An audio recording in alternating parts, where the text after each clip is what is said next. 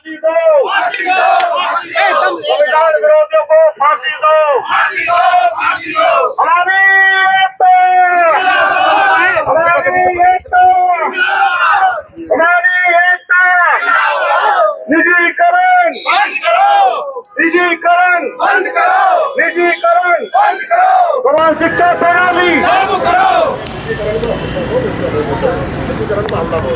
निजीकरण पर हल्ला बोल, हल्ला बोल, हल्ला बोल, निजीकरण पर हल्ला बोल, हल्ला बोल, ऊंचा बोल, निजीकरण पर हल्ला बोल, ऊंचा बोल, ऊंचा बोल, समान शिक्षा प्रणाली लागू करो, लागू करो, समान शिक्षा प्रणाली लागू करो, लागू करो, न्यायपालिका में हिस्सेदारी दो, हिस्सेदारी दो, हिस्सेदारी दो, न्यायपालिका में हिस्सेदारी दो, हिस्सेदारी दो, हिस्सेदारी दो, Ambedkar mission, Ambedkar mission, Ambedkar mission,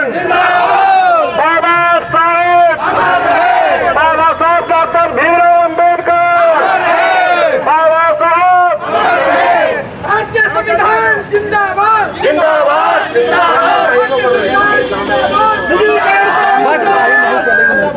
तानाशाही नहीं चलेगी, तानाशाही नहीं चलेगी, तानाशाही नहीं चलेगी, निजीकरण बंद करो, निजीकरण बंद करो, समान शिक्षा प्रणाली लागू करो, समान शिक्षा प्रणाली लागू करो, समान स्वास्थ्य प्रणाली लागू करो, न्यायपालिका में हिस्सेदारी दो, एसटी ओबीसी एकता, एससी एसटी ओबीसी एकता,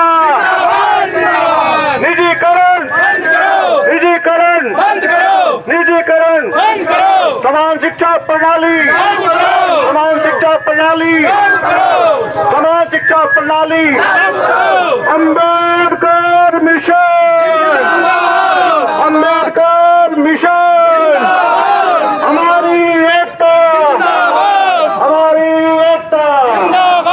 सर, ये आज का जो प्रोटेक्शन आपकी चल रहा है, ये किस आधार पर, किस मुद्दे को लेकर के चल रहा है सर? देखिए, हमने अभी बताया कि देश में जो निजीकरण प्रक्रिया चल रही है जी, उसका जो है पूरा देश विरोध कर रहा है जी, तो हम भी उस कड़ी में ये काम कर रहे हैं कि जो निजीकरण है ये सार्वजनिक संपत्ति है, सरकार की संपत्ति है, सरकार की नहीं बल्कि आम आदमी की संपत्ति, आम आदमी टैक्स देता है, उससे संपत्ति बनी हुई है, उसको बेचने का अधिकार किसी को भी नहीं है। विशेष रूप से तो ये है कि निजीकरण बंद किया जाए।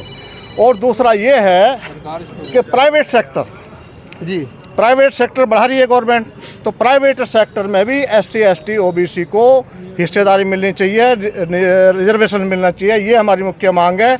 और न्यायपालिका में जो कॉलेजियम सिस्टम है ये हमें पसंद नहीं है, ये किसी को पसंद नहीं है। न्यायपालिका में भी हमारी हिस्सेदारी होनी चाहिए, ये हमारी मुख्य मांग है। ये भी बार बार एससी, एसटी, ओबीसी लोगों का जो आरक्षण है या उनका जो कानून बनाया हुआ है, उन्हीं पर बार बार अटैक क्यों किया जाता है? भाई, जो मनुवादी व्यवस्था के लोग हैं, चाहे वो सरकार में हों चाहे बाहर हों, वो तो हमारे विरोध की बात करेंगे ही करेंगे। उनका तो ये नेचर है, उनकी तो प्रकृति है, वो तो इसके विरोध की बात करेंगे। वो अपना काम करें, हम अपना काम कर रहे हैं। गुलाम बनाने का जी जी सर, आप कुछ कहना चाहेंगे इसके संदर्भ में? जी, कि बार बार ये अटैक करते हैं, बार बार संविधान की बदलने की बात करते हैं, कानून बदलने की बात करते हैं, ऐसा क्यों करते हैं? देखिए, जिनको 5000 साल जिन लोगों को गुलाम बना कर रखा, आज वो अपने हक अधिकार की बात करने लगे तो इनकी चूल्हे हिल गई हैं। अब बहुजन समाज में बहुत सारे लोग जो पिछड़ी जाति के हैं, अति पिछड़े हैं, अल्पसंख्यक है, सब लोग जाकर अपने अधिकारों की मांग करनी शुरू कर दी है। जिसकी जितनी संख्या भारी उतनी उसकी हिस्सेदारी। जब से नारा बुलंद हुआ इनकी हालत ख़राब है और इन्हें रात को नींद नहीं आ रही है। और जैसे अब राष्ट्रीय बहुजन एकता महासंघ के राष्ट्रीय अध्यक्ष जयसिंह कैन जी ने ये मुद्दा उठाया है निजीकरण का, निजीकरण बंद करो और जो सरकारी संस्थाओं को बेचना बंद करें, शिक्षा एक समान करें, वन नेशन वन एजुकेशन और फ्री एजुकेशन। 85% कहाँ है फिर? 85% का? हम तो दलों में बटे हुए हैं, राजनीति दलों में बटे हुए हैं, उसमें बटे हुए हैं, समुदाय में बटे हुए हैं और इस तरीके से बटे, तो फिर 85% का है। मैं बताऊंगा इसमें, सुनो, ये बिल्कुल आपकी बात जायज़ है कि हम दलों में बटे हुए हैं। हम ये कहते हैं जब तक बाबा साहब के मिशन के लोग सत्ता में नहीं रहेंगे तब तक इसका कोई हल नहीं निकलेगा। 135 बैठे, कल चाहे तो कल अपनी बात मनवा सकते हैं। 1 सेकंड का काम ना, चुटकियों का काम है। 135 बैठे पार्लियामेंट में, बार बार SC ST OBC के जो अधिकार हैं उस पर ही हमला किया जाता, क्यों?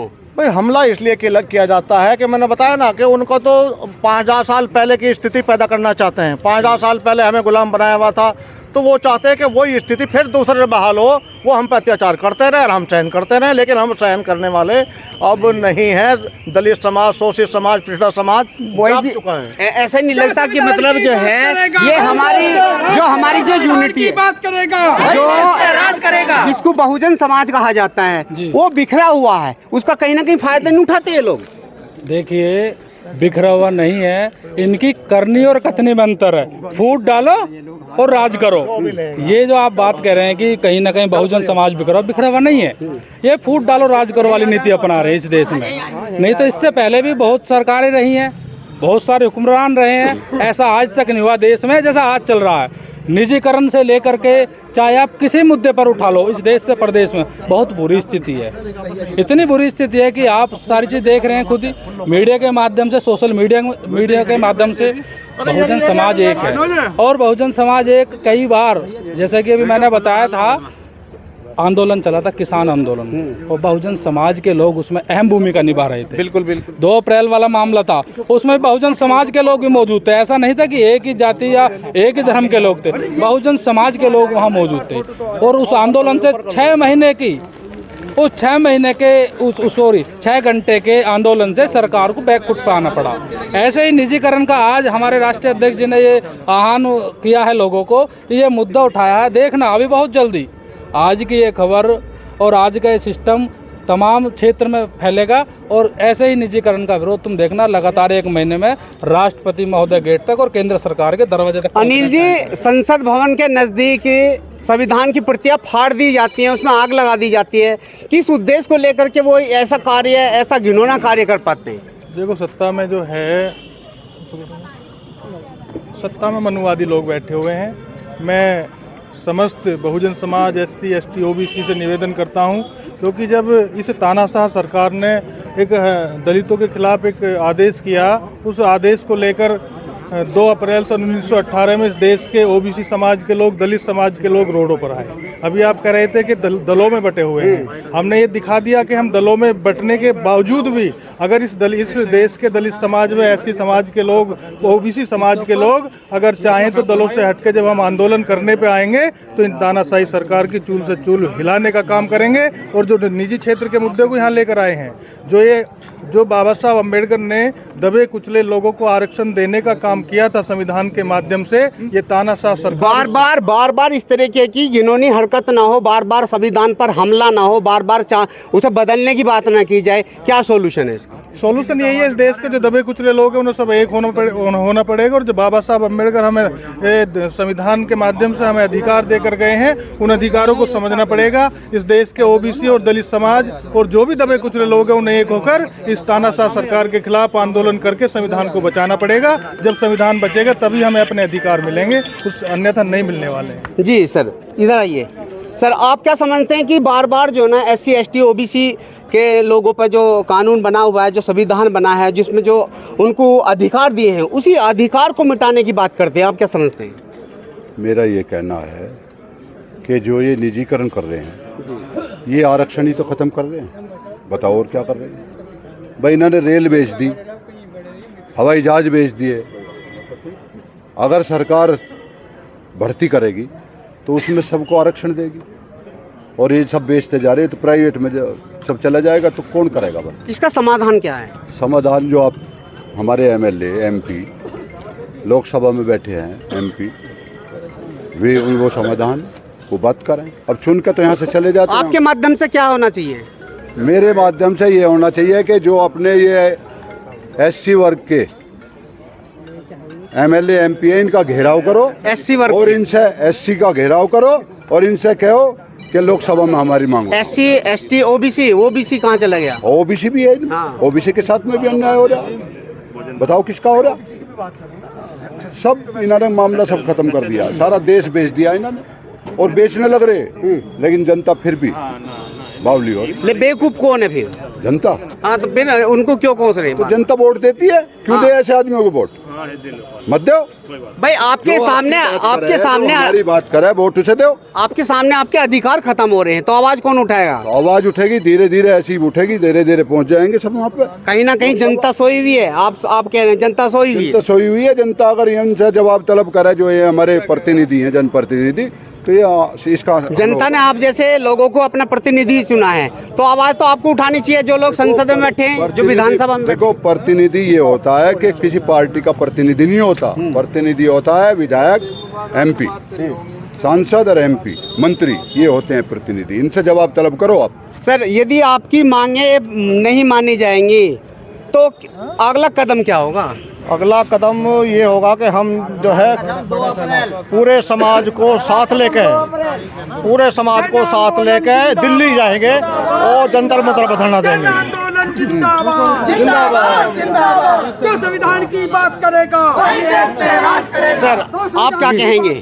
वही देश पे राज। बार बार हमला, संविधान पर हमला, कानून बदलने की बात, जो शोषित वर्ग के लोग हैं, पिछड़े वर्ग के लोग हैं, उनकी हत्याएं कर दी जाती हैं। आज भी इस शासन में कहते हैं कि किसी भी प्रकार का इसमें गैर कानूनी कार्य नहीं चल रहा, लेकिन कहीं भी हत्या की जाती है, आपके अधिकारों का हनन कर दिया जाता है। क्यों? देखिए, ये जो सरकार है, जो मनुवादी लोग शासन में बैठे हैं, तो इनकी जो मानसिकता है वो बहुत तुच्छ मानसिकता है। वो ये दिखाना चाहते हैं, वो चाहते हैं कि जो आज से 5000 साल पहले ये लोग गुलाम थे, तो ये चाहते हैं कि ये फिर से गुलाम बने। जो बाबा साहब अम्बेडकर के द्वारा संविधान दिया गया और उस संविधान को पढ़ के ये लोग जागे हैं, पढ़े हैं, आज कलेक्टर, बैरिस्टर, इतने बड़े बड़े पद पे पहुँचे हैं, तो इन्हें वो चीज़ें हजम नहीं हो रही। यदि इन्होंने मांगे आपकी पूरी नहीं की तो अगला कदम क्या होगा आपका? अगला कदम ये होगा, अभी हम बिल्कुल न्यायिक मांग कर रहे हैं, जायज़ मांग कर रहे हैं, शांतिपूर्ण मांग कर रहे हैं, और अगर सरकार हमारी बात नहीं मानती है तो हम इनको याद दिला देना चाहते हैं कि 2 अप्रैल हम लोग भूले नहीं हैं और ये लोग भी भूले नहीं होंगे, और फिर से हम 2 अप्रैल से बड़ा आंदोलन सड़कों पे दिखा देंगे। इनको अपनी ताकत का एहसास करा देंगे, इनकी चूल हिला के दिखा देंगे। जी, बहुत बहुत धन्यवाद। कहीं ना कहीं इन लोगों के अंदर बहुत बड़ा रोष है, और आप देख पा रहे हैं कि यहाँ कई पार्टी के लोग हैं, बहुत सारे समुदायों के लोग हैं जो अपनी मांग को किसी न किसी तरीके से रखना चाहते हैं, और कानून व्यवस्था का बहुत महत्वपूर्ण अंग मानते हैं। उसको कानूनी तौर से ही वो दिखाना चाहते हैं, बताना चाहते हैं, अपनी मांगों को मनाना चाहते हैं। तो मैं चाहता हूँ कि उनकी आवाज़ को एक राष्ट्रीय स्तर पर जनहित में उसको सुनना चाहिए, देखना चाहिए। इसी के साथ में जय भीम, नमो बुद्धाय।